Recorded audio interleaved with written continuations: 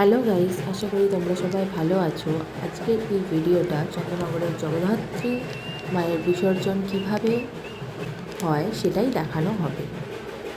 চন্দননগরের জগদ্ধাত্রী মায়ের বিসর্জন বাকি সমস্ত জায়গার থেকে কিন্তু আলাদাভাবে করানো হয়, আর যেটা দেখার মতো হয়ে থাকে। চলো সেটাই দেখা যাক।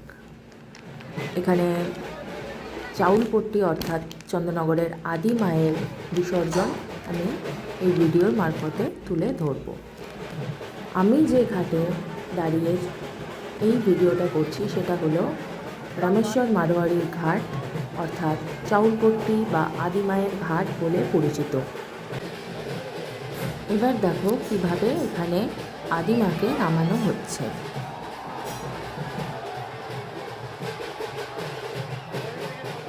চন্দননগরের আদি মায়ের বিসর্জন দেখার জন্য অনেক লোক এখানে ভিড় জমায়েত করেছেন।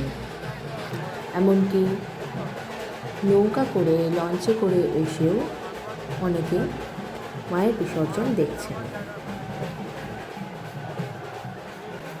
আশা করি তোমরা সবাই দেখতেই পাচ্ছ এখানে কত লোকের ভিড় জমায়েত হয়েছে শুধুমাত্র আদি মায়ের বিসর্জন দেখতে বলে। আদি মাকে একদম তার ঘাটের কাছে নিয়ে যাওয়া হয়েছে, আর কিছুক্ষণের অপেক্ষা।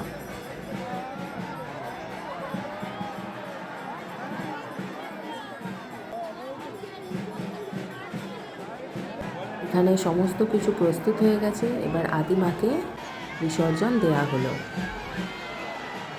এখানে যেভাবে প্রতিমা বিসর্জন দেওয়া হয় এইরকম আর কোথাও হয় না। যদি ভিডিওটি ভালো লেগে থাকে, লাইক, শেয়ার অ্যান্ড সাবস্ক্রাইব।